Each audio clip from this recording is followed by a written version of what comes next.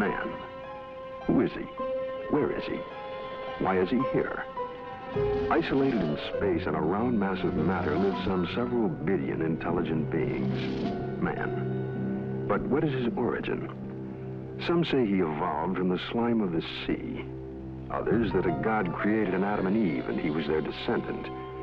Yet another speculates that he was brought here sometime in the distant past when the Earth was colonized by men from another dying planet. Despite the theories and speculations, the answer remains an unsolved mystery. As to where he is, that's easier. A planet 8,000 miles in diameter, located in a remote portion of a galaxy, somewhere in infinite space. Why is he here? That too remains an unsolved mystery. Occupied by his daily affairs, he finds little time to contemplate such questions, except for those moments on a clear night when man pauses and looks to the star-filled heavens, and in his mind stirs an unanswered question. He searches his thoughts for an explanation, a key to the faint, forgotten memory of his past. And perhaps at that moment, somewhere else in the universe, on a distant planet similar to his own, somewhere on the other side of our galaxy, other intelligent beings wondered too, and set out in airships on an adventure through space to search for their answers. November 2nd, 1967. Two men are driving west of Loveland, Texas. The night is clear and still. Then around 11 p.m., they have an extraordinary experience.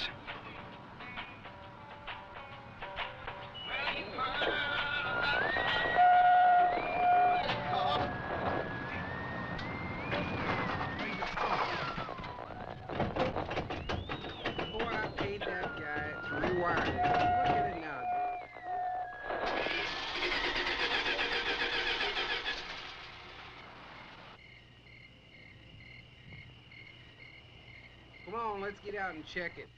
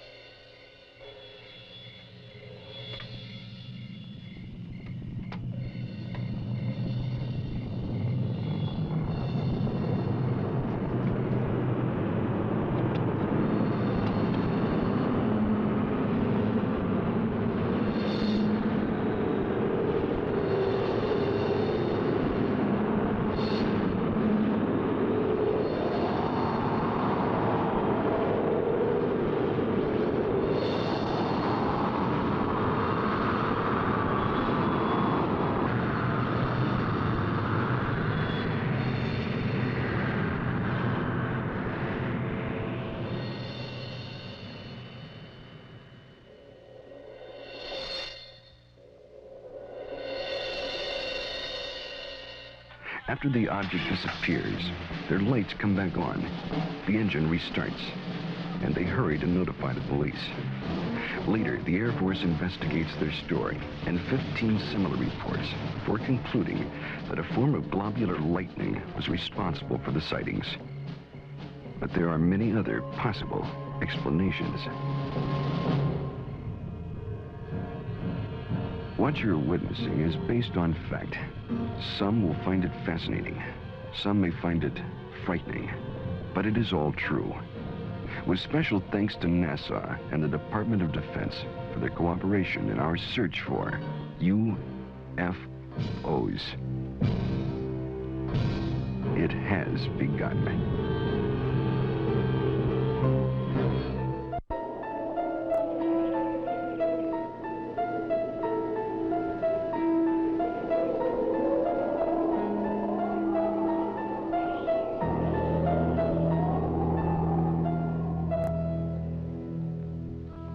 The Old Testament, Ezekiel chapter 1.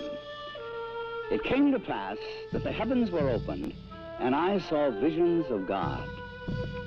Out of the midst thereof came the likeness of 4 living creatures. They had the likeness of man. Now, as I beheld the living creatures, behold, one wheel upon the earth by the living creatures, The appearance of the wheels and their work was like unto the color beryl, and their appearance and their work was, as it were, a wheel in the middle of a wheel. And when they went upon their four sides, and they turned not when they went. As for their rings, they were so high, they were dreadful, and their rings were full of eyes, round about them four.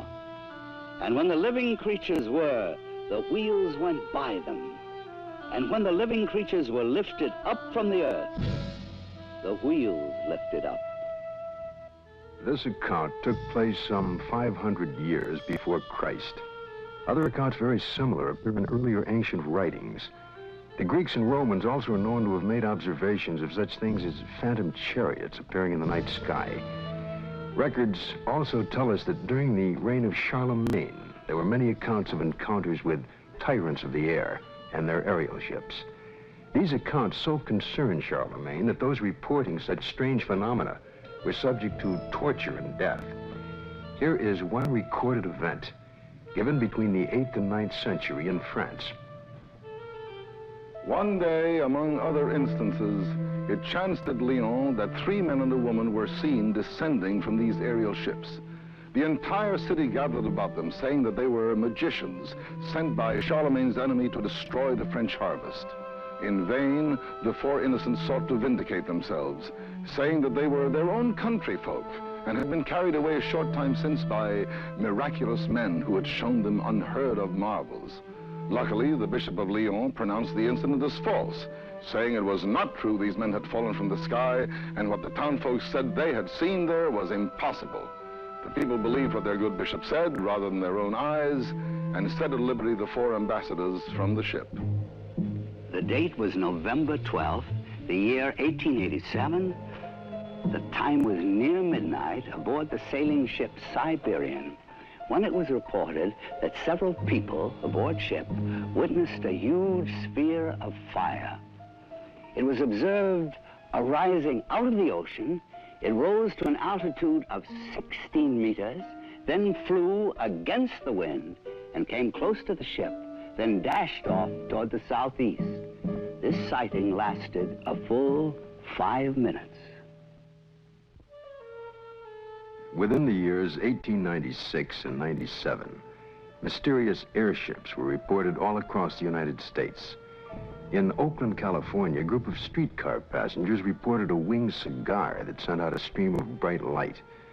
The sighting spread through Colorado, Texas, Kansas, Nebraska, Iowa, and many other states, particularly in the Midwest. On April 11, 1897, Walter McCann of Rogers Park, a few miles north of Chicago, took a photograph of an airship. The New York Herald, as well as the Chicago Herald Tribune, pronounced the plates as being genuine and not a fake. Dr. Jacques Vallée, international authority on the UFO experience. The first thing I'd like to dispel is a frequent misconception that UFOs are limited to this country.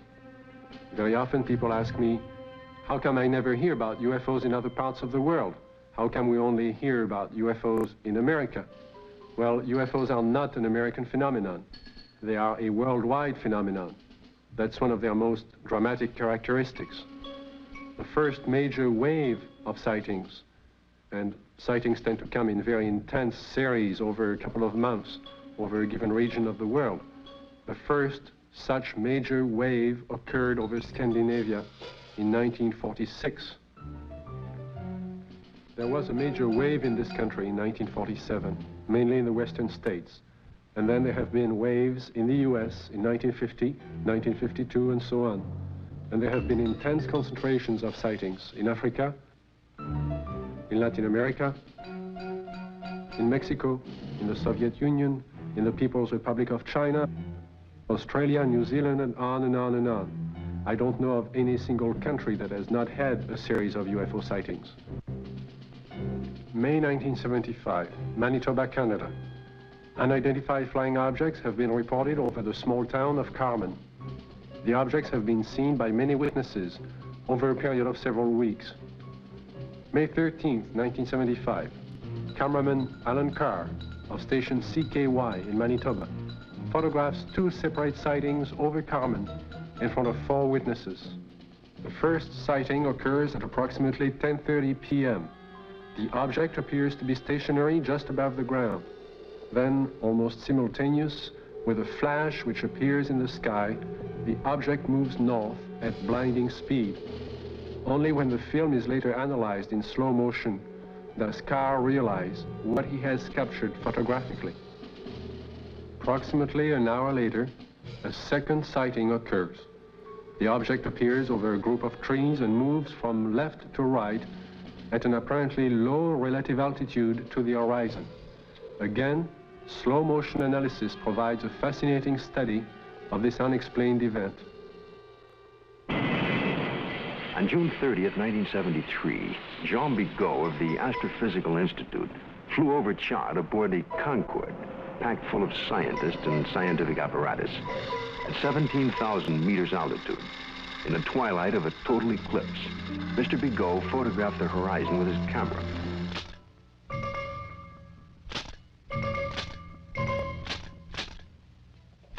When the photo was enlarged, one of the slides showed what you're now seeing. If you look closely at this photograph, it resembles exactly what has been cited by many Americans during 1973 and 74. Although NASA takes no official position as to the UFO phenomena and their probable explanation, nevertheless, there remains on the record several unexplainable sightings by Gemini, Apollo, and Skylab astronauts. The first sighting occurred during Gemini 4 in June of 1965. Astronaut Jim McDivitt suddenly spotted a cylindrical object with arms and antenna. And when seen against the day sky, it appeared white or silvery. The object then appeared to be moving toward the craft. Suddenly, they lost sight of it. During the sighting, the astronauts were able to take these photographs and movie films of the UFO. Gemini 5, later that year, after 3 days and 5 hours into their mission, were contacted by Houston Control Center, advising the astronauts that Houston had picked up and was tracking another object, which was pacing Gemini across the entire United States. They estimated the UFO between 2,000 to 10,000 yards from the craft, and as large as the Gemini craft itself. Because of the limitations of viewing area aboard their capsule, no visual contact was made. Radar continued to track the object until they passed the Ascension Islands in the Atlantic. It then disappeared. Gemini 10 crew, Collins and Young, picked up objects traveling together in orbit. A positive identification has to date not been made. This photo was taken during the Gemini 11 flight on the 18th revolution, 27 hours and 47 minutes after liftoff. September 13th, 1966. This UFO was tracked visually and recorded on film by the crew, and is truly considered unidentified by the photo interpretation experts at NASA. Perhaps the strongest and most spectacular of all the sightings took place aboard Apollo 11 on its way to the moon for the first moon landing. The ship was 1 day out, on July 16, 1969, when they spotted an unusual object.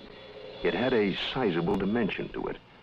At first, the crew thought it was the Saturn IV booster rocket and called Houston for confirmation.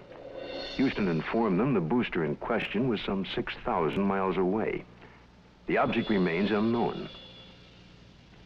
During the Skylab 3 second manned flight, on the 23rd day of 1973, at sunrise, a series of 4 exposures were made by the crew of a visually sighted unidentified flying object, or satellite, as considered by the NASA Photo Interpretation Laboratory.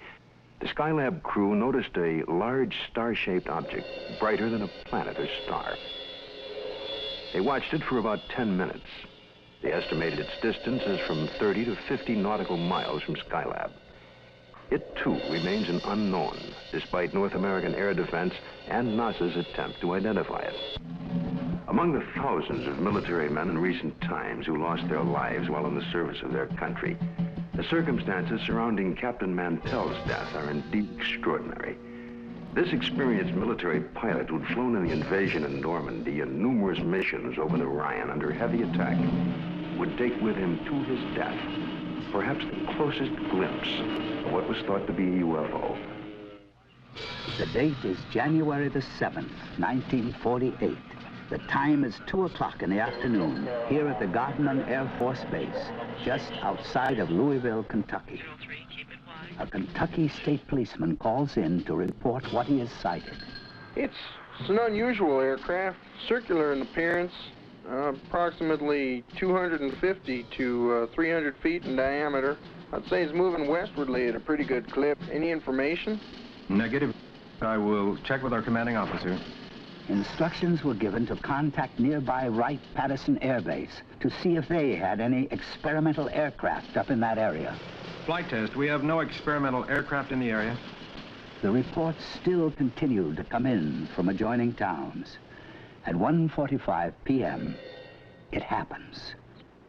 It's very white and looks like an umbrella. I don't know what it is. Through the binocs, it appears to have a red border at the bottom at times and a red border at the top at times. At approximately 2:30 p.m., a flight of Air Force P-51s come into view. The base commander decides to contact the flight leader, Captain Mantell. This is Godman Base Commander. Roger, Godman Tower. This is NG-869, flight leader. Over. NG-869 from Godman Tower. We have an object out south of Godman here that we were unable to identify. We'd like you to take a look for us. Roger, I will take a look for you if you give me the correct reading. Mantell moves ahead of his wingman. The tower advises the flight leader to correct his course 5 degrees to the left to 210 degrees from Godman Tower. Godman Tower, this is flight leader NG-869, Captain Mantell. Object traveling at half my speed and directly ahead of me and above, and I'm closing in to take a good look. Can you give us a description? It appears metallic and to be of tremendous size. I'm going to 20,000 feet. The other pilots level off under 15,000 feet and start down.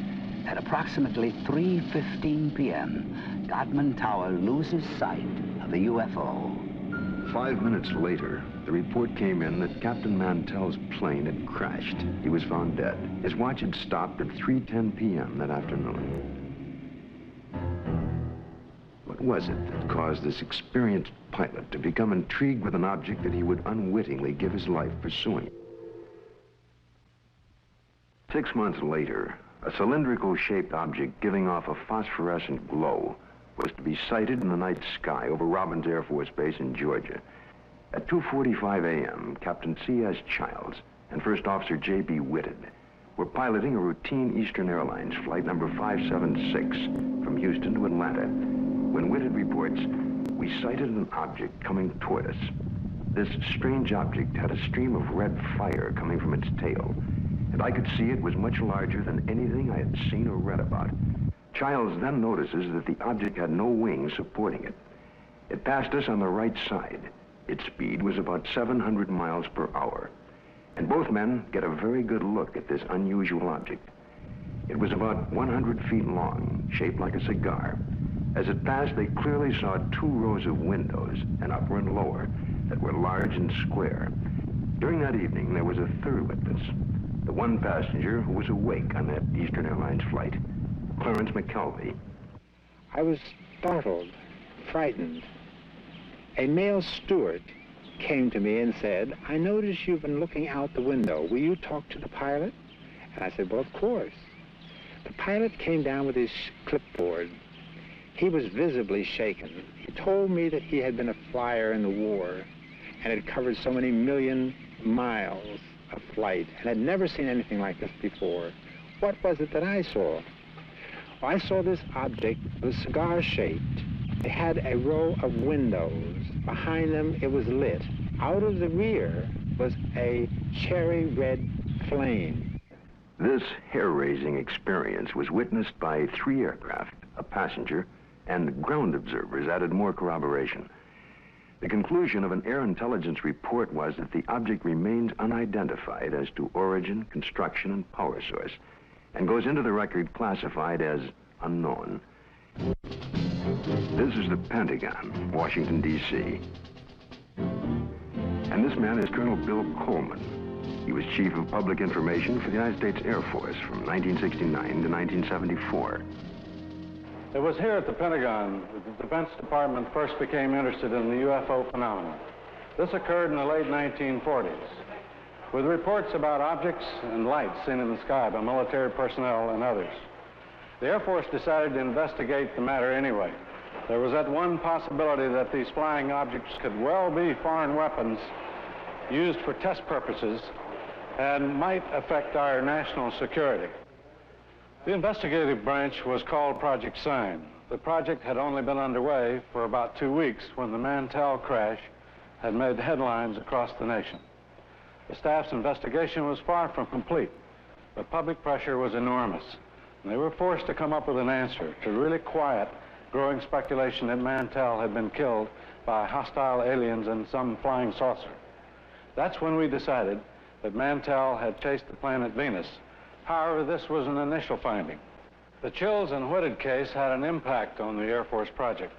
It presented the first close-up account by highly reliable witnesses. The object described led some of the staff to postulate an extraterrestrial theory. And they wrote up an estimate of the situation, which at the time was classified top secret, suggesting that the saucers were from outer space.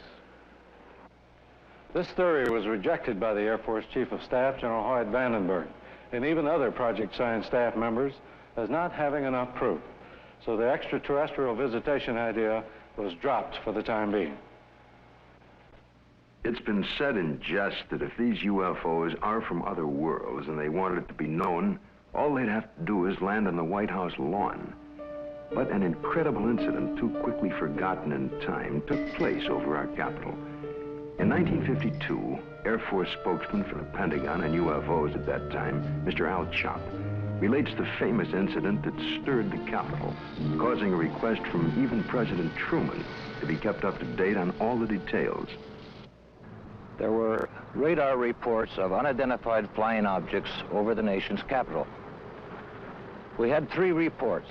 One came from Andrews Air Force Base radar control room, and 2 from the radar controls at Washington National Airport. The first sightings consisted of a number of unidentified targets picked up on radar. Then a call was placed from National to the Andrews Air Force Base flight controllers. They were apparently tracking the same targets. Then Andrews reported a visual observation of 3 objects that were apparently in the same position as those indicated by our radar sets. The targets stayed on radar until about 12:30 a.m. They moved slowly at first, about 100 to 200 miles per hour. Then one of the targets sped away at a fantastic rate of speed. It moved west from Andrews toward Riverdale. The estimated speed was 7,300 miles per hour. At this time, in the tower, we had about 7 targets on the radar scope. These unidentified objects were flying all over the city. They even violated the restricted air corridors here over the White House and over the Capitol building. The phenomena wasn't to subside. The following Saturday night, July 26th, a repeat performance unsettles the Capitol again. I was awakened the following Saturday night around midnight by a telephone call to my home in Virginia. It was the public information officer for the Federal Aviation Authority. He told me the air traffic control radars were again picking up a large number of UFOs over the Capitol area. First, they would follow a definite flight path, and then they would suddenly disappear. Others would come into view just as suddenly. I placed a phone call to the command post in the Pentagon, and I asked for an intercept. About 2:40 a.m., we got a radio call from a flight of F-94s, 2 aircraft in the flight. They also, at about that moment, appeared on our scope. And at that moment, a very frightening thing happened to us. All of our unknown traffic completely disappeared the moment those aircraft came on the scope. The flight leader called in and said, well, it doesn't look like we're going to do any good here, so we're going to go back to base. And at the very moment those aircraft disappeared, all of our unknown traffic appeared again on our scope. And again, it was a very frightening experience. We called Andrews Air Force Base, and they reported exactly the same thing happened to their scope. 10 a.m. on the morning after the sighting, General Landry, at the request of President Truman, called intelligence to find out what was happening over Washington. It was the largest and longest press conference held in the Pentagon since World War II. General Samford headed the conference and said that he was personally satisfied that the radar scope sightings were the result of temperature inversions, which are known and account for certain blips on radar. Although this was the conclusion of the Air Force investigations, interestingly enough, the actual report begins with this opening comment: a study of the various reports regarding the subject. Radar sightings do not allow a positive and final explanation to be made. The CIA now would enter the picture by convening a panel of top scientists to examine the UFO phenomena. The CIA's concern was that recent waves of sightings might constitute a threat to our national security. The thinking was that the enemy could exploit UFOs as a decoy in the preparation for an attack on the United States. 5 outstanding scientists and various Air Force and CIA representatives were to meet on Wednesday, January 14th, 1953. Among the panel members was one associate member who was destined to have more experience with the UFO phenomena than any other American scientist to date, Dr. J. Allen Hynek, astrophysicist and head of the astronomy department of Northwestern University. I was called into the meeting on Thursday. The panel members were seated around this table. It was a rather somber and impressive occasion, actually. I was a junior member, and I remember feeling considerably nervous and apprehensive about being in front of this powerhouse of scientists. But then for the past 4 years, I had been scientific advisor to the U.S. Air Force on this very problem. There were 2 films that were of particular interest to the panel at that time. One was a film taken by a Navy officer while on vacation in Utah, near Tremonton, Utah, and the other was a film taken in Great Falls, Montana, by the owner of the local baseball team. The Utah film had already been subjected to some 1,000 or so man-hours of analysis by the Navy's Photographic Interpretation Laboratory.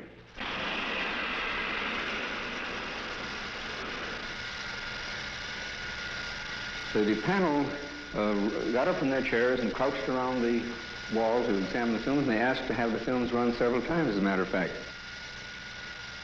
Now, the Navy had, on the basis of their detailed analysis of the Utah films, they had concluded that the objects shown in the films could not be birds, balloons, aircraft, and so forth, but indeed that they were self-luminous, unidentified objects.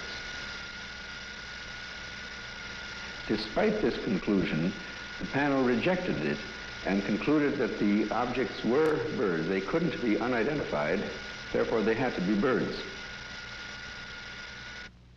I came away from the meeting and from the room with the distinct feeling, however, that the panel had deliberately moved to debunk the whole subject and not to give it the serious scientific attention which it deserved.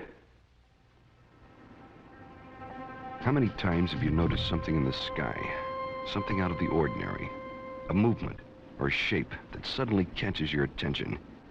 You look more closely, and usually the thing becomes immediately recognizable. It's the moon, or a flock of birds, or a plane, usually. But just for a moment, suppose the thing you glimpsed remains unrecognizable, unidentified, without witness or proof. All you have left is a nagging sense of mystery, of uncertainty. A few years ago, this man had such an encounter near San Francisco, only he had proof in the form of an 8mm movie. But through an unsettling series of circumstances involving the United States Air Force, he remains today uncertain about exactly what he saw. It was in August 1965. My family and I were invited to some friend's house near San Francisco. I remember it was a beautiful, clear day. We were driving for a while, and as a matter of fact, I recall looking at my watch, and it was around noontime. We continued driving, and I noticed at the distance something very bright. I was observing this for a few moments, and it appeared to be suspended in the air. There was no planes around. It was very clear, the day. There was no clouds. My family, they were with me. I called to their attention. They all looked at it. They were all amazed by it. And in the meantime, there were cars going by, and I tried to attract their attention, but they were not paying attention to me, or they were driving too fast. So I recall I had my movie camera with me, and I start filming this. And as I look at it, it was getting larger. It was moving from one direction, like from towards the left, then towards the right. This object was very bright, and I recall it was extremely enormous. I was just completely amazed by it. I ran out of film. Then when I got home, I called the Hamilton Air Force, and I reported the sighting. The Air Force was very interested. They had asked me, as soon as I had the film developed, they would like very much to look at it. Well, I had the film developed. I look at it. There it was, very bright, quite clear, and moving very rapidly. So I captured this right on film. A week later, I received a letter from Hamilton Air Force Base, which reads, Dear Sir, we have received the 8mm film on which you captured what certainly seems to be a very fast-moving object in the skies over the Bay Area. The film has been forwarded to Wright-Patterson Air Force Base in Ohio, where such observations are investigated. Well, several weeks went by. Finally, the Air Force returned my film, and I noticed immediately it was not the original film. It was not that clear, and the quality was very poor. For some reason, or good reason, the Air Force decided to make a copy. They kept the original, and I end up with a very poor copy. Close examination of the film returned to the Air Force reveals that it is, indeed, a print, and not the original. And while the print is very poor quality, we can still catch a tantalizing glimpse of something extraordinary in the skies over San Francisco. Watching it again, this time with the aid of a pointer, it's easier to spot the elusive thing. But to date, no one has been able to make a positive identification. No one except possibly the Air Force. I would imagine the film is somewhere in their files, and probably by now they forgot all about it. But I will not forget that day. The sighting itself had such profound influence in my life, because since that time, powerful, extraordinary events has happened to me, which I have no doubt are direct result of my experience. But I can't talk about it publicly. It seems the CIA was to become involved in the UFO phenomena again, in a most unusual way. A series of episodes were to take place that up until the airing of this program were not public knowledge. The events were so bizarre that it's hard to conceive they happened to individuals associated with such no-nonsense organizations as the Office of Naval Intelligence and the CIA. This man is retired Lieutenant Colonel Robert Friend, U.S. Air Force, and former head of Project Blue Book.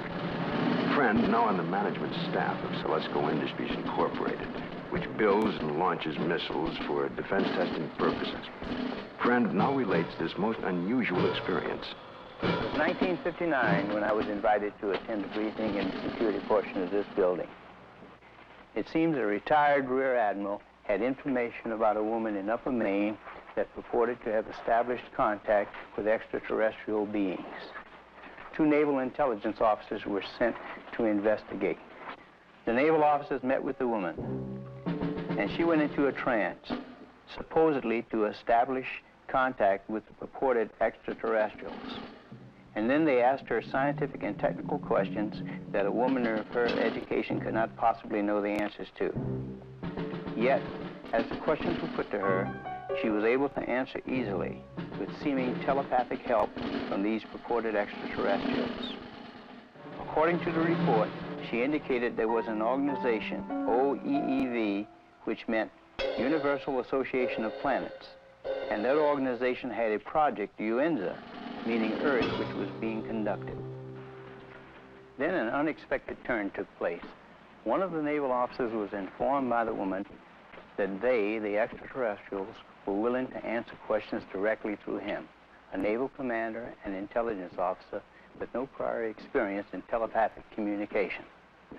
He took over and attempted to write down the answers to questions put to him by his fellow naval officer. The word traveled back quickly to Washington officials and a very skeptical CIA. Nevertheless, there was no reason to totally disbelieve the report of this highly respected Navy commander. Questions were put to him, such as, do you favor the government, religious group, or race? And would there be a third world war? The answer to both was no. The group then asked if they could see a spaceship, and the commander, still in a trance, told them to go to the window and they would have proof. The group moved to the window where they supposedly observed a UFO. I was told that a call was made for radar confirmation. The reply came back that that particular quadrant of the area was blanked out on radar at the time. After being briefed on all of the details, I asked the commander if he would attempt to contact me. He sat for several minutes and then appeared in a deep trance with his Adam's apple moving up and down rapidly. Questions were put to him, and he answered them by printing in rather large letters using rapid but jerky motions. It wasn't at all like his natural hand. During the course of the questioning, we learned the names of some of the so-called extraterrestrials. One was Krill, C-R-L-L-L. Another, Alomar, A-L-O-M-A-R. And another, Affa, A-F-F-A, purportedly from the planet Uranus. A case that just as well could have been written by a very imaginative science fiction writer. But here in my hand is the actual account of the incident by one of the agents present at that time. The names of 7 men present are listed here.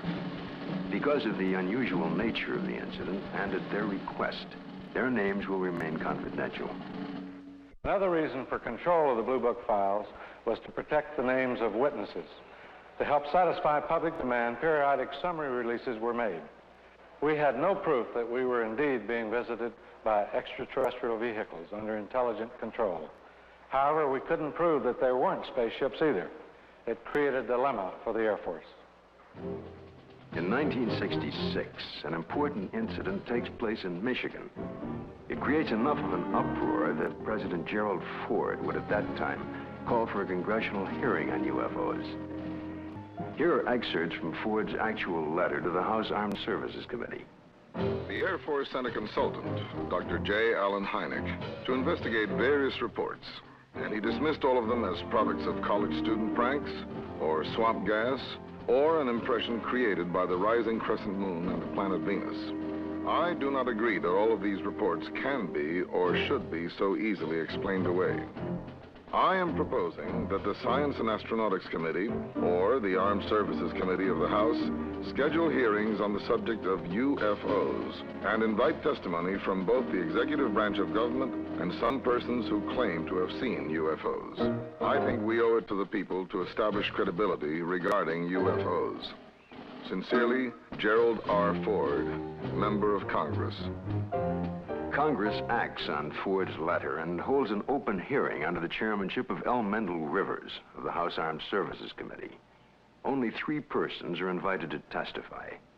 The Secretary of the Air Force, Dr. J. Allen Hynek, and Project Blue Book head at the time, Colonel Hector Quintanilla. Hector Quintanilla relates the events and reports of the unusual sighting that led up to the congressional hearing. And the other one here at Dexter. Based upon the original reports from the Sheriff's Department, it all began at 8:35 p.m. on March 20th, when Frank Manor, who used to live over there, reported to the Sheriff's office that he had seen a strange object in the swamp over there.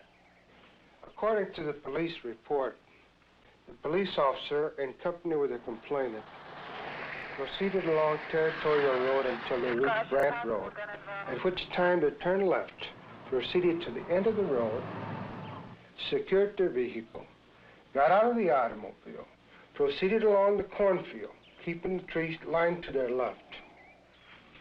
Then they crossed an open field to the creek.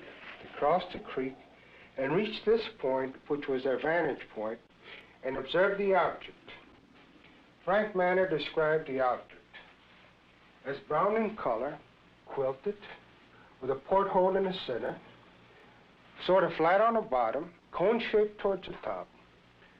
Two small lights, one at each end, one glowing bluish green, the other one a brilliant red, with a glow at the bottom. Well, of course, by the time I arrived, the situation was so charged with emotion that it was impossible for me to do any really serious investigating. I had to fight my way through reporters to interview the witnesses. Other sightings were reported over the area, and a solution from Dr. Hynek and Major Quintanilla seemed in the offing. Well, the pressure was mounting for an official explanation. There were more than 60 newsmen jammed in at that news conference. I gave what I thought to be at that time the only scientific explanation possible for the faint lights in the swampy area. I made the statement that it could be swamp gas, and even though I went on to emphasize that I couldn't prove it in a court of law, that was the full explanation for these sightings. Well, the press picked up the phrase, swamp gas, and rushed off to the telephones, and I was to come into a great deal of criticism over it. What was the outcome of that congressional hearing? I believe the Air Force presented its side quite openly and completely. It seemed to satisfy the members of the committee. Now a remarkable observation is to be recorded. If the facts are correct, the Air Force must now consider the possibility of beings related to UFOs. It happened in Socorro, New Mexico, here just outside of this quiet desert town. A state highway patrol officer, Lonnie Zamora, was on duty, as he had been for the past several years. A black Chevrolet was observed, speeding by the courthouse. Zamora put his highway patrol car into pursuit. Lonnie chased the car north on US 85. As he passed this hilly area, Zamora heard a roar and something caught his attention. 10 or 15 seconds pass. Lonnie then calls in to the sheriff's office. The time was about 5:45, I recall, and he said, Socorro to 1044, an accident. And then he said, I'll be 10-6 out of the car, which meant that I was going to be investigating a possible accident. And I went up this road about a half a mile, and then I stopped my car and got out and looked out, and I could see a white looking object in the distance. I thought it was an overturned car at first, but I got into my patrol car and went up closer to it. And when I started to get out of the car, I heard a big roar. As I got to it, I could see a couple of, looked like a couple of coveralls hanging from a clothesline. I couldn't see what it was, but it looked like a couple of coveralls. Zamora called in. He sounded very excited. He said he watched an object lift up slowly and disappeared into the sky very fast. I went down to where the object had been, and I noticed the brush was burning in several places. The object had left 4 perpendicular impressions on the ground. I noticed several bushes were smoldering, but they felt cold to the touch. I noticed what appeared to be a couple of oval footprints on the ground. I knew Lonnie had seen something. The proof was right there.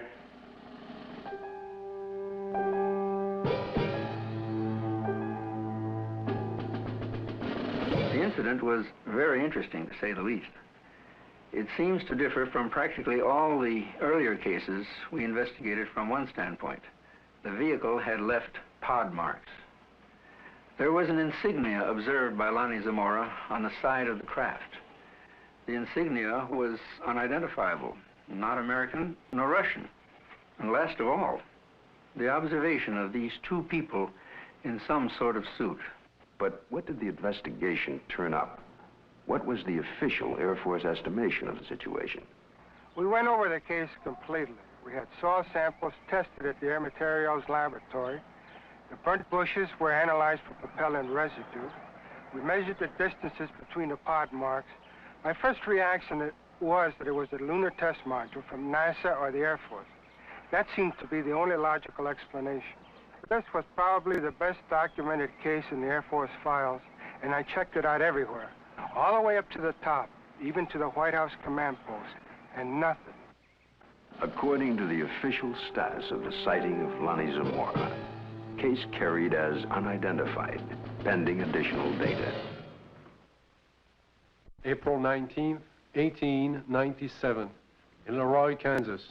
A farmer named Alexander Hamilton, his son, and a farmhand are awakened by strange noises from the cattle pen.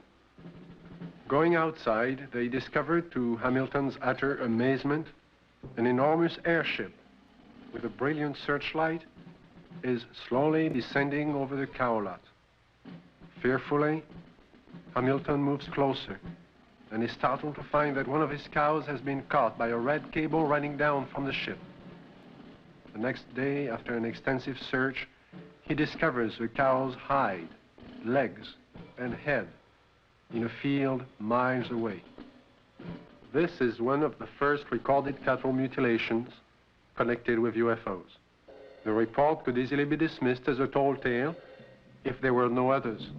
But since then, thousands of bizarre animal mutilations have been discovered, not only in this country, but in Africa, Australia, Brazil, and many European countries, in fact, all over the world.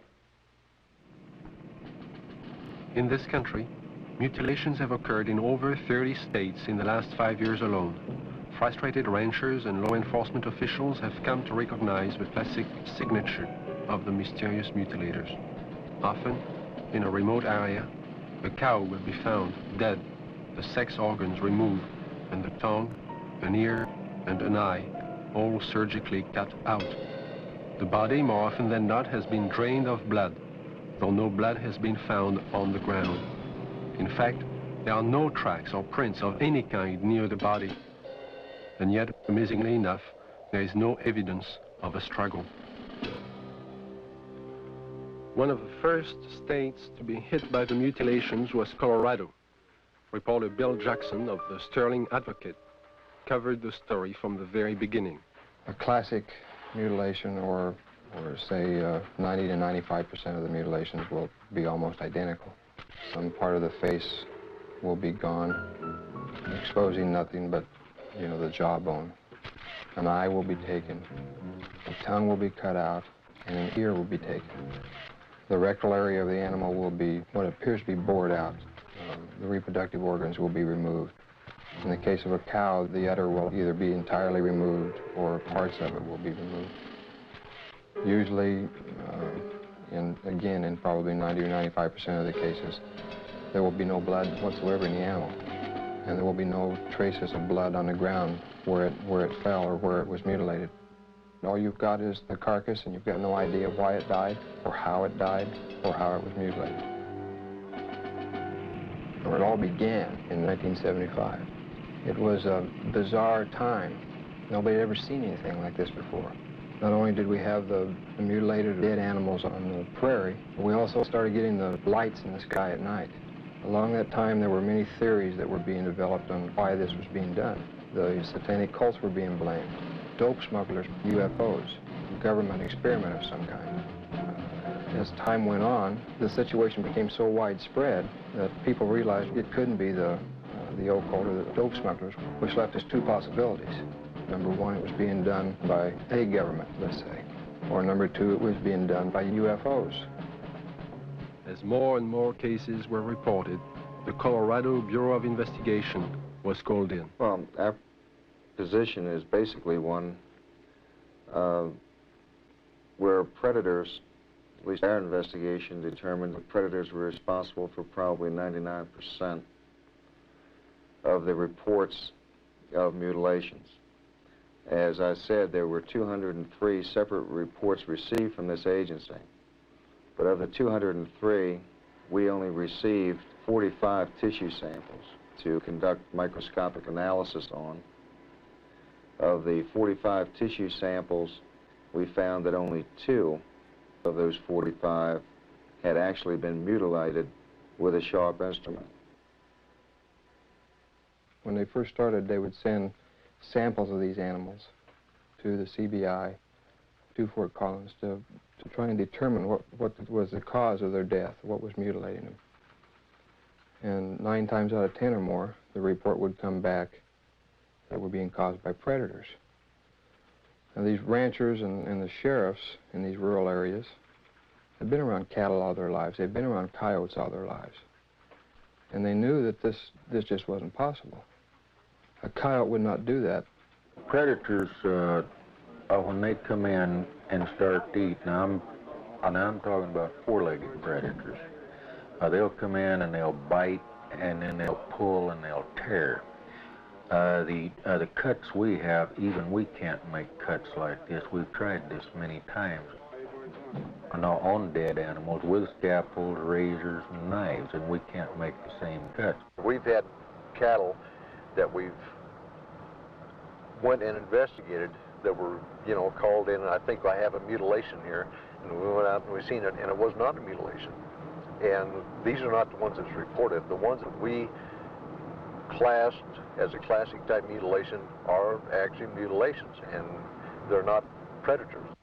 Animals, wild animals, predators, coyotes, won't approach these carcasses. But in the case of an animal being mutilated in the wintertime, there's possibly something about the cold weather that may mask whatever it is that keeps predators away, and that will be the exception to the rule. Is this animal here, is any pretty much like the other ones you had that was mutilated? Yeah. How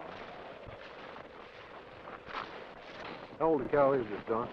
8 years old, according to the way I looked at her teeth, 8 or 9. I know definitely it wasn't animals. We took out the whole works there.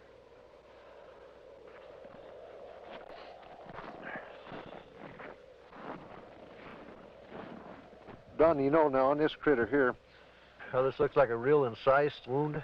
Yeah. Well, it looks, it's definitely cut. Oh, yes. And everything, you can tell that. I mean, even at the age that it is right now, that's opposed to the way it is to where the animals have been to it on this other side over here. Kind of notice there, the difference there, Don, between here and how animals have been to that, and that flesh is torn. Yeah.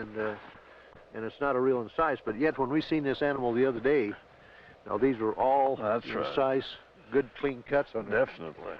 So that's a good example of what we was trying to say about the lab up there. They said that it was predators doing it, but that definitely wasn't a predator wound there. No, I wouldn't say. Well, it looks like they went clear from the navel here, clear back in underneath here, and took the whole bag and out of the whole works out, and they cored down into the rectum, the whole rectal area. It looks like it got back into some of the reproductive organs back in there. The mutilation and the sightings of the lights in the sky continued. It got to a point to where ranchers in the northeastern part of the state began arming themselves. They weren't getting the results they wanted from state authorities.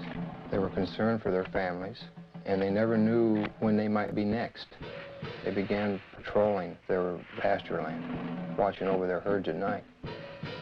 Lights from the sky, when they got too close to a herd of cattle, the ranchers shot. Well, I think everybody was a little edgy. Right. Everybody started carrying high-powered rifles. I don't know what good it would have done, but everybody was awfully nervous. I'm completely convinced that there's something there that's not normal. There's a lot of questions that are unanswered, I'm sure, and hopefully someday maybe somebody will figure it out. Unidentifiable lights in the sky have appeared in virtually every area of this country which has been plagued by cattle mutilations. But no explanation has been found for these strange sightings. There are some who believe that these objects in the sky are responsible for thousands of mysterious cattle deaths which continue to this day. Though state and local officials have stated their views about the mutilation mystery, surprisingly few veterinarians will speak publicly about the situation. This man is an exception. Dr. William Fitzgerald runs an animal clinic in Durango, Colorado. Because of his expertise in the field of veterinary medicine, he was asked by the sheriff's office to perform an autopsy on a mutilated cow found in a remote area of state-owned forest. This particular animal had been largely exsanguinated. The anus and about the first 4 inches of the rectum had been removed. The preputial skin and the last 2 or 3 inches of the penis had been severed flush with the body wall. The left eye had been removed, and the last 1/3 of the tongue had been cut. A portion of the lips on the left side of the animal were also sawed off, presumably to gain access to the tongue, but this makes no sense because that portion of the tongue could have been easily pulled out and cut off without that, so I don't understand that point. Reports I have heard, some that I have read subsequent to this time, indicate that people have seen mutilations that they attributed to predators. And if this was a predator, he had 2 feet and a 6-inch knife, because it was a very sharp single cut in most instances. And although not the world's leading expert, I work with knives frequently. I know what they do. I know the marks they leave. Exsanguination, the removal of blood from an animal, has been a predominant trademark of the mutilators. Few officials have found an answer to the technique used in this procedure. Dr. Fitzgerald describes what he thinks is the method. If a large bore needle is placed in the animal's jugular vein while the animal is sedated, under anesthesia, or awake if you like, somehow restrained, however, the animal's heart will function as a pump and will pump out very nearly all of its blood through that needle. As the animal's blood supply begins to diminish, a natural physiological mechanism takes over and sequesters or draws what remaining blood is left into the internal organs in the center to supply the vital organs, the liver, the heart, the brain. And it will leave the peripheral area, the skin, all of the non-vital centers, largely bloodless. So if you can successfully withdraw the major portion of an animal's blood, you can cut on that animal and there will be virtually no bleeding at all from the surface.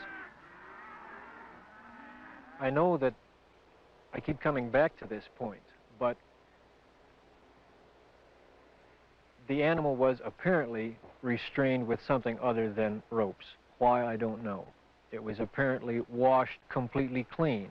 Why, I don't know. And it was in a very remote area. Perhaps these things tie together. Perhaps whoever, whatever, performed this didn't want to be observed. I think one of my initial feelings was that somebody certainly went to an awful lot of trouble to get back into a remote area where I don't believe you'd casually know there were even cattle to do all of this. Dulce, New Mexico, similar to the plains of Colorado in its isolation, but nestled among rolling hills and small mountains, is the land of the Jicarilla Apache. Tradition is strong here. Indian women weave intricate baskets and create delicate beadwork. The men preside over tribal business and raise cattle. And here, as in Logan County, the night sky has been lit with the glow of unknown flying objects, and cattle are found mutilated. Officer Gabe Valdez of the New Mexico State Police and retired scientist Howard Burgess, who pioneered the development of Kirlian photography in this country, periodically pool their knowledge and expertise in an effort to solve the mutilation mystery. Officer Valdez describes how it all began. It was in 1976, June the 14th, when we first had one of our cattle mutilations here in Dulce. The cattle that was mutilated belonged to Mr. Manuel Gomez. Any time that we do find one that it's not too decomposed and it's fresh enough for us to do some tests, well, I do call on Mr. Burgess because he has a lot of knowledge in the field of science that is very helpful to me in conducting my investigations. Howard Burgess had a theory that some of the cattle had been marked prior to their mutilation with something which would show up under ultraviolet light but be invisible to the naked eye. Late one night, he and Valdez conducted an experiment and found that out of 80 head of cattle, 5 were indeed marked with a powdery white substance, visible only under ultraviolet light. So we took ultraviolet with some special filters and ran the cattle through it, and what appears to be markings glowed under ultraviolet. It's invisible to the normal eye, but under ultraviolet it does glow. Then we removed the hair from the region that does glow, and we removed a control sample. We took these to the lab and had chemical checks run on them. We did find that the sample that did glow is extremely high in potassium and magnesium. At the time, this was interesting, but it didn't mean much to us until we ran on to other things that began to tie in with it. The tie-in came on June 3rd, 1978, when a UFO was sighted over Taos, New Mexico. As it hovered over the town, it dropped a thin film of ashes onto the ground below. The ashes contained high levels of magnesium and potassium, the same elements found on the cattle under ultraviolet light, but there was more. We find there's at least 25 elements in there. There's a good possibility that it may be something that's organic. And if it is, this just opens up a real bag of worms, because anything can happen if this is an organic material that has come from one of these crafts. And this, as the people told us, directly fell from the craft that was hovering over the area. One day in 1975, Logan County Sheriff Tex Graves took his deputies into the countryside around Sterling, Colorado, determined to track the bright lights which had been skimming across the ranches and farmlands for the last several weeks. Reporter Bill Jackson describes the sequence of events. We were just getting started in this. We really didn't know what we were doing. We weren't prepared for anything like this, of course. But as time went on, we realized we couldn't catch them, so maybe we can take pictures of them and discover something that way. A year and a half later, the lights returned. The mutilations were still going on. So we arranged with the Honeywell people in Denver to borrow a 1100 millimeter Lentar lens from them. And got some high-speed recording film from Kodak. And then we sat and we waited, hoping that the lights would come back and we'd have a chance, and finally that chance came. It was a stationary object that we saw for approximately 30 to 45 minutes, and the resulting shots were interesting, to say the least.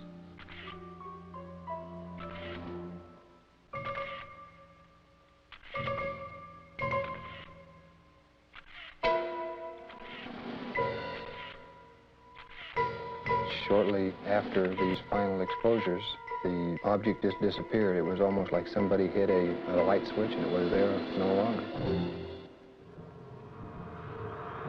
What are these unidentifiable lights? What is their nature and their purpose? Why have they appeared in the night skies immediately prior to the discovery of mutilated cattle? And how many more animals will die before the mystery is solved?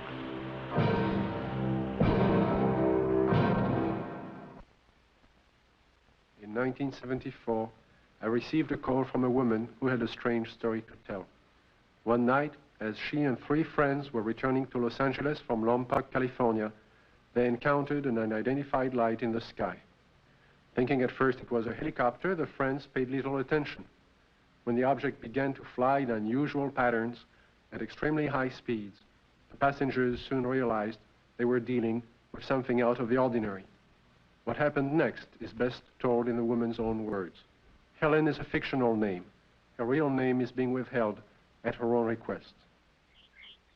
I saw it come into the sky from the top of the mountain range and go straight up and do a 90-degree angle toward us, and I called it to the attention of Don, John, and Sue. And they saw it too. and it was there. I was not on dope or alcohol or anything like that. And it started doing really erratic things in the sky. It was a small white light and very easy to see. We were not mistaking anything. It came over to the car, flipped over and went around on the other side toward the other hills and came back, settled above the car. By this time, because it was so close, it was 8 lanes of freeway, at least in diameter and even a little wider, saucer-shaped, a very white, luminescent light emitted from the entirety of it. The ship stayed above us, out in front of us, about a minute or two, and we watched it, and none of us were saying a thing. And we just kept driving, and it kept staying in front of us. And then out of the perimeter of it, closest to us, came 4 white beams of light, very much like funnel-shaped, smaller at the perimeter, and they descended upon us and came around each one of our bodies.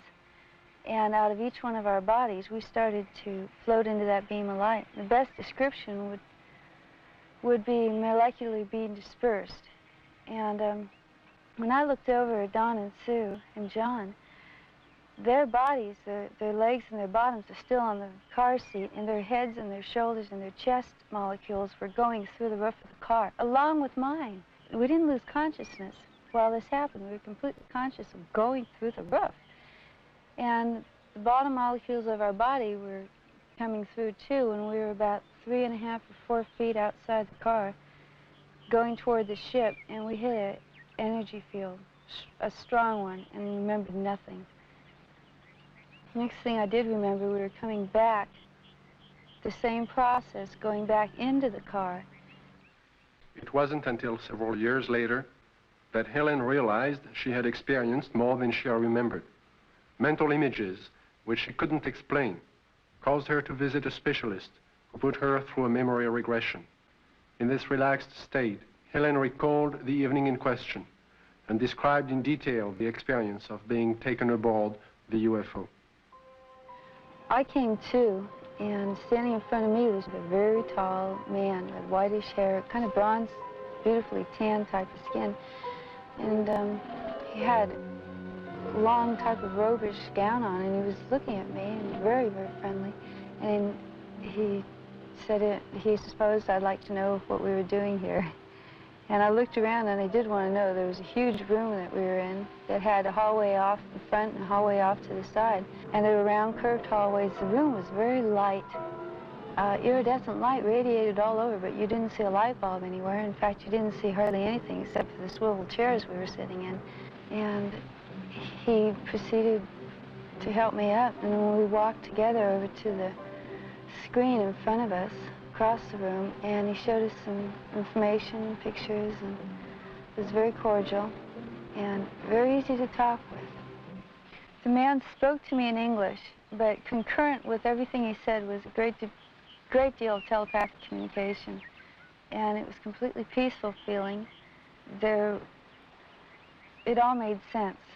He showed us a screen with many images on it that clarified some of the things he was saying. He also said that he'd been around with the other people there for thousands of years, and that they had been picking up people and giving information to people for the use of putting it into this world, into this society, to bring about a lot of better changes. And the interesting thing was that there are some people, he indicated, who we know and read about, who were given information by him. This is what he told me. And there was no fear. That's predominant, I think, in everything. From this large room where we first came on, the man led me down into a couple other rooms. And the one that's very interesting was more or less in the center of this ship, and it was a room full of dials and full of men dressed in more form-fitting clothes, whereas the one who met me had a type of ambassadorial robes on. And these guys had more like turtlenecks and Levi's. They were still white, soft, iridescent, and very comfortable looking, and they were working. There was plenty of dials, and there was lots of screens, types of scopes there, and they were doing things very involved. None of them paid any attention to us. They kept their word. After he had taken me to these rooms, we were walking again down the hall to go back to the car. And while we were walking, I remember telling him, you know, nobody's going to believe me. And he said, it's really nice to talk to her, and he goes, it doesn't matter if anybody believes you. And there was a purpose to being told these things, and what I had learned and what John and Sue had learned too had its purpose.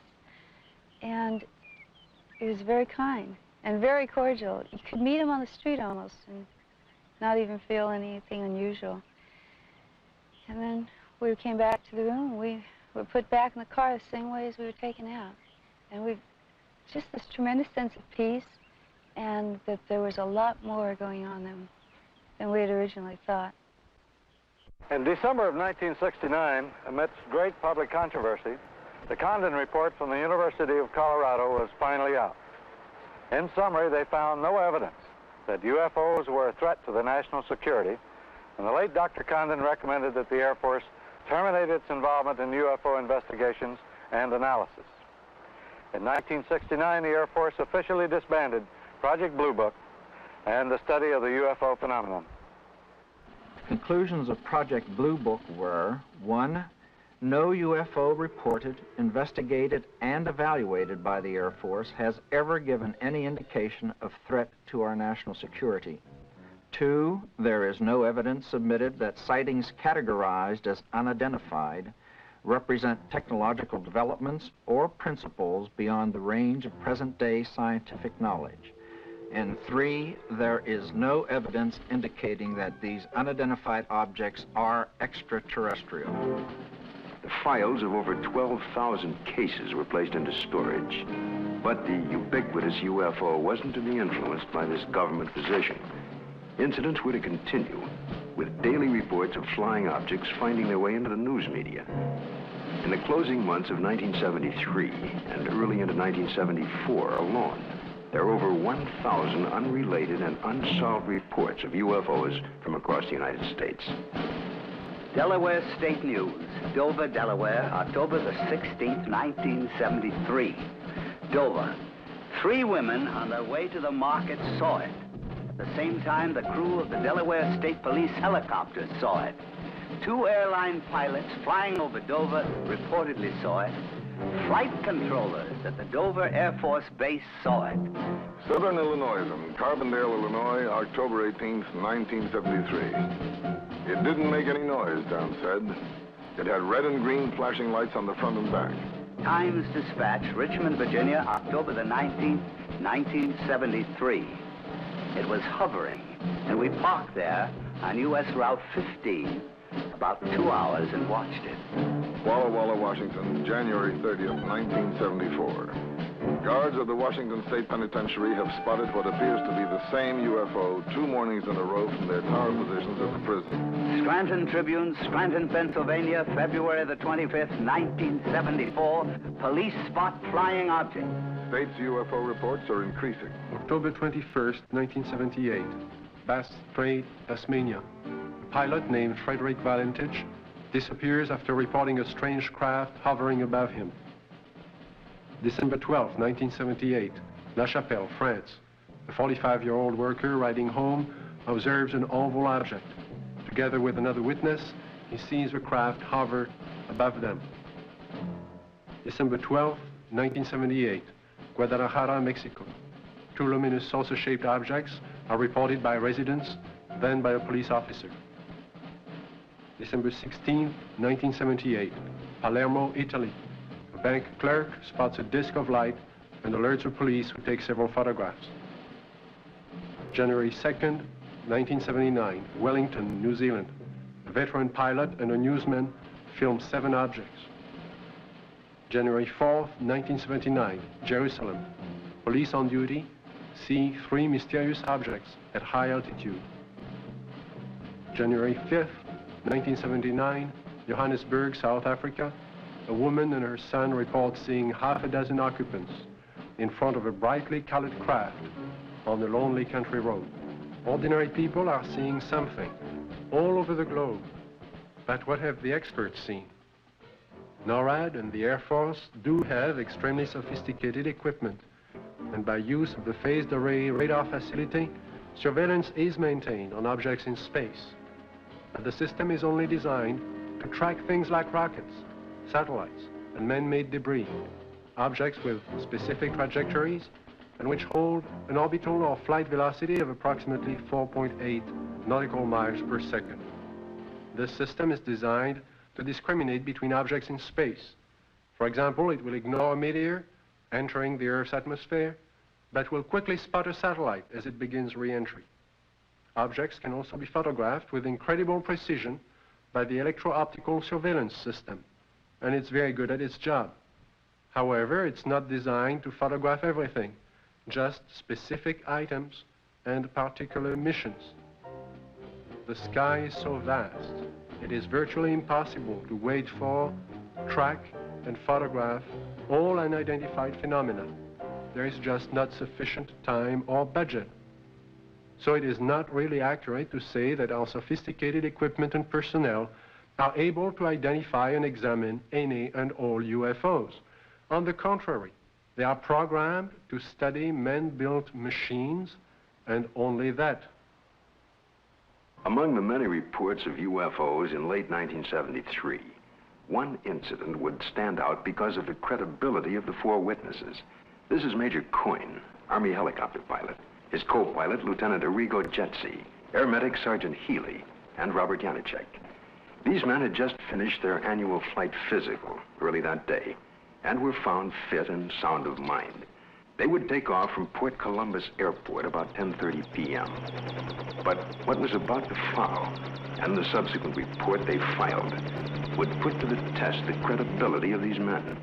Approximately 8 miles east of Mansfield, our crew chief, Sergeant Robert Janacek, observed a red light on the east horizon. Did you gentlemen see the same red light? Yes, I did. Our helicopter was flying on a northerly heading. We were flying at an altitude of 2,500 feet. He indicated that the light seemed to be pacing the helicopter, moving along in a parallel direction with our aircraft. Which direction from the helicopter was the object? It was to our right, to the right side of the helicopter, and it was moving with us as we were heading north towards Cleveland. And at this time, he indicated that the light changed its direction, was coming directly at the helicopter at the same altitude. And as the helicopter was maintaining a speed of 90 knots, the object came at a terrific speed from the horizon. We estimated 15 miles. Visibility was reported 15 miles that night. Did you gentlemen see the object at this time, after it had been pointed out by the sergeant? No, not at that time. I was flying left seat or co-pilot, and visibility from that seat from an object approaching from the right is rather limited. So I was having a difficulty seeing the object. And it was for that reason that Major Coyne did take the aircraft or the controls from me. I grabbed the controls from Lieutenant Jetsi because I thought it was going to hit us. I braced for impact. With that, I pushed the collective down to get the helicopter to start to descend.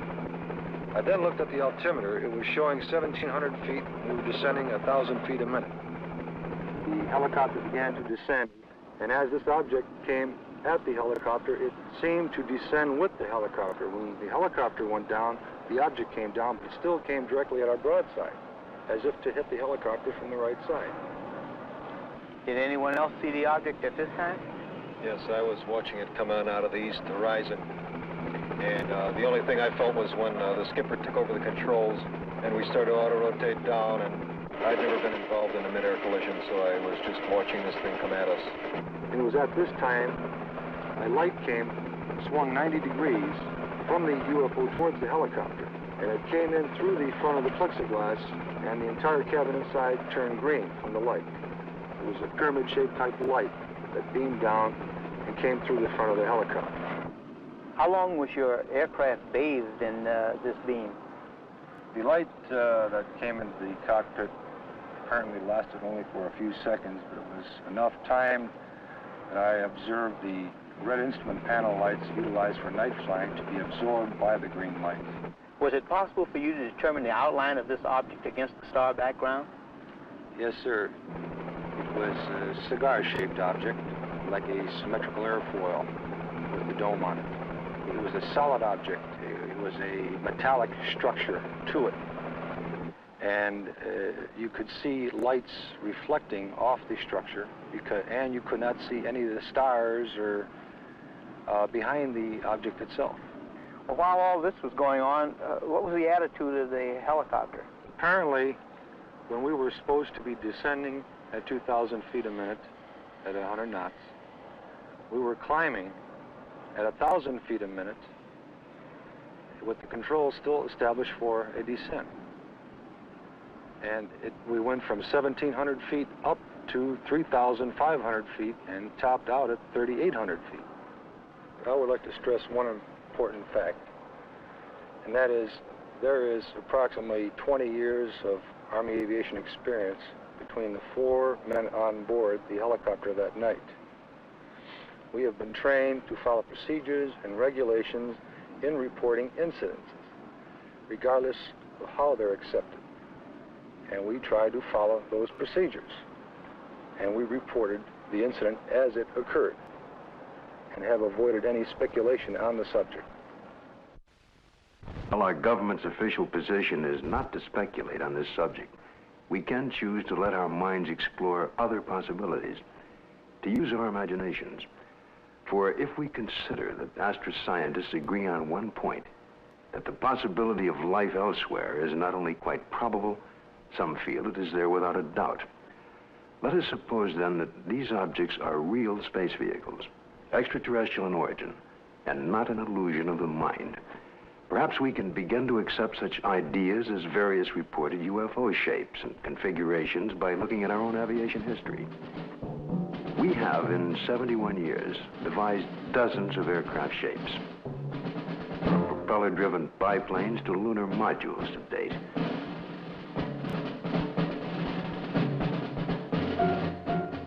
And by projecting into the future, it's conceivable that our technology may lead us to similar developments. As to the UFO's behavior, if they are space vehicles, they appear to have movement in advance of our understanding of what is possible in the 20th century. But we must realize, however, it stretches our imagination. There will be a 21st and 22nd and 23rd century, where the impossibilities of today may be tomorrow's commonplace. If these vehicles are of origins outside our Earth, then we must assume they are managed, controlled, and operated by some sort of beings, perhaps similar to us. From sketchy reports around the world, we can begin to construct a hazy portrait of these aliens. Reports indicate ashen, pale, white skin, perhaps with a thin protective membrane over them. Eyes large, far apart, with a wraparound appearance.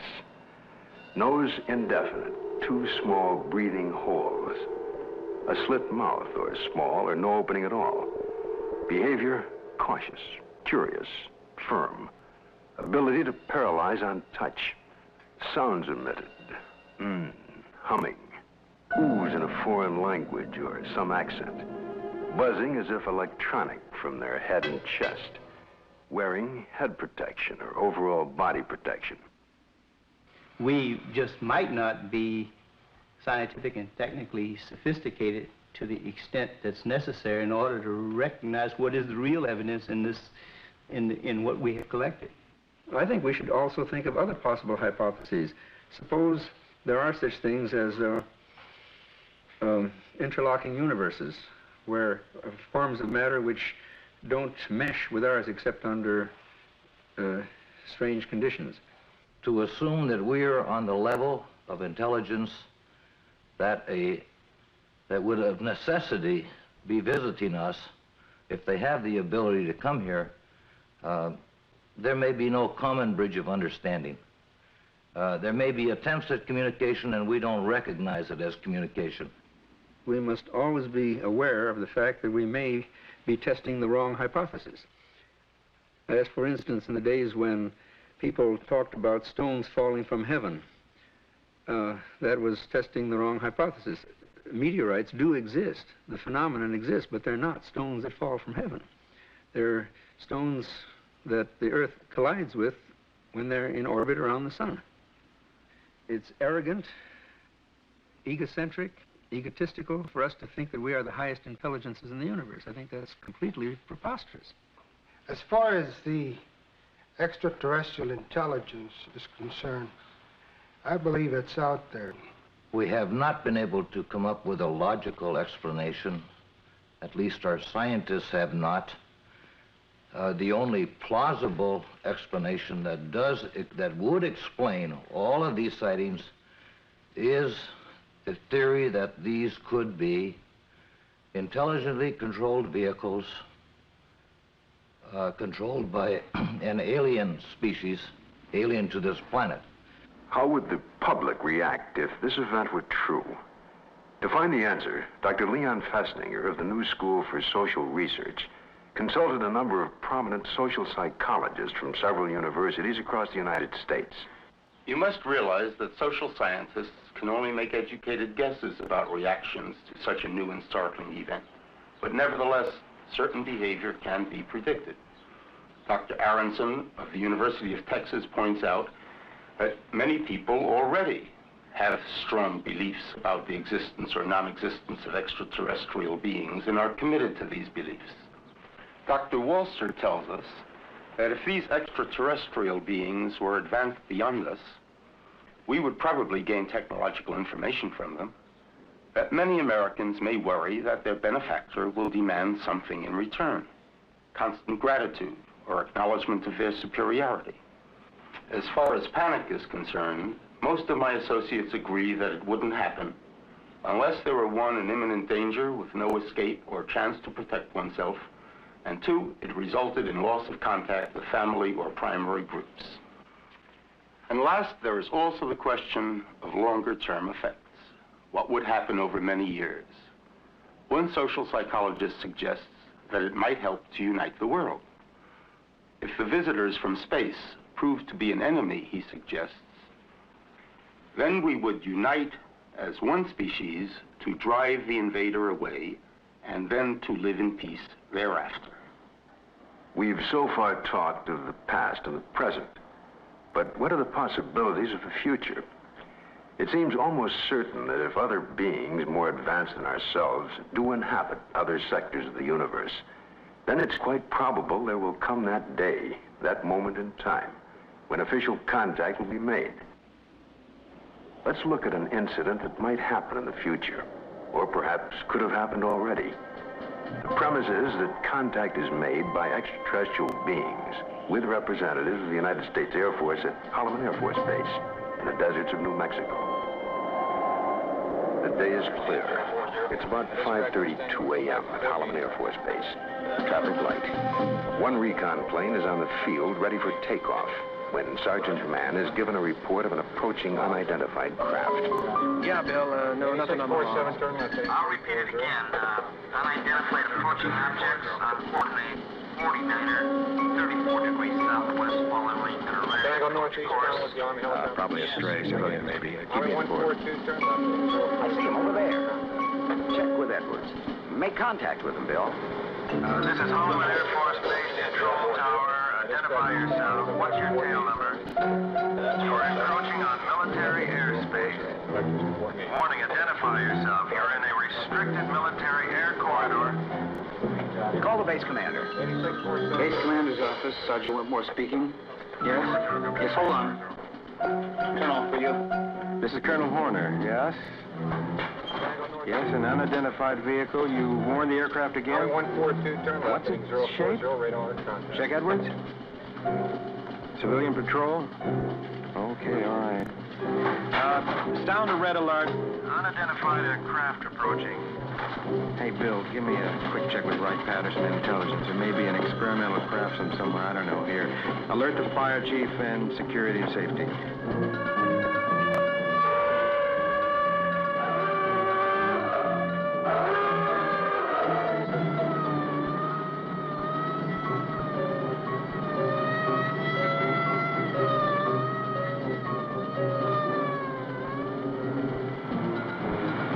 Interceptors are dispatched to escort the unidentified crafts out of the area.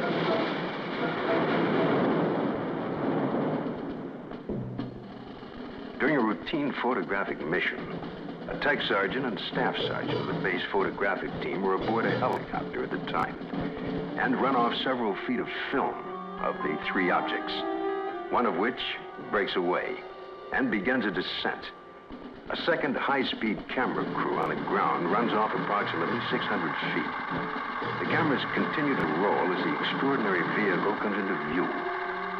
It hovers, almost silently, about 10 feet off the ground for nearly a minute and yaws like a ship at anchor, then sets down on 3 extension pads. The commander and 2 officers, along with 2 base Air Force scientists, arrive and wait apprehensively. A panel slides open on the side of the craft. Stepping forward, 1, then 2, and a third, what appear to be men dressed in tight-fitting jumpsuits, perhaps short by our standards, with an odd blue-gray complexion, eyes set far apart, a large pronounced nose. They wear a headpiece that resembles a rope-like design. The commander and the 2 scientists step forward to greet the visitors. Arrangements are made by some sort of communication, and the group quickly retires to an inner office in the King 1 area. Left behind stand a stunned group of military personnel. Who the visitors are, where they're from, and what they want is unknown.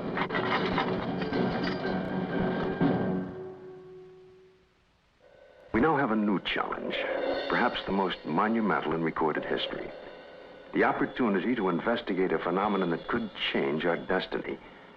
Through the study and understanding of the UFO phenomena, we may discover a new energy force, or how to use it. Or it could lead to an understanding of our relationship to life throughout the universe. And if there are beings from distant advanced societies, we may be privileged to see a revelation, a look at ourselves 1,000 years in the future. And perhaps at this very moment, located in another galaxy, somewhere in infinite space, other beings raise similar questions and discuss the possibilities of life outside their planet and talk about Earth as part of their plans for the near future.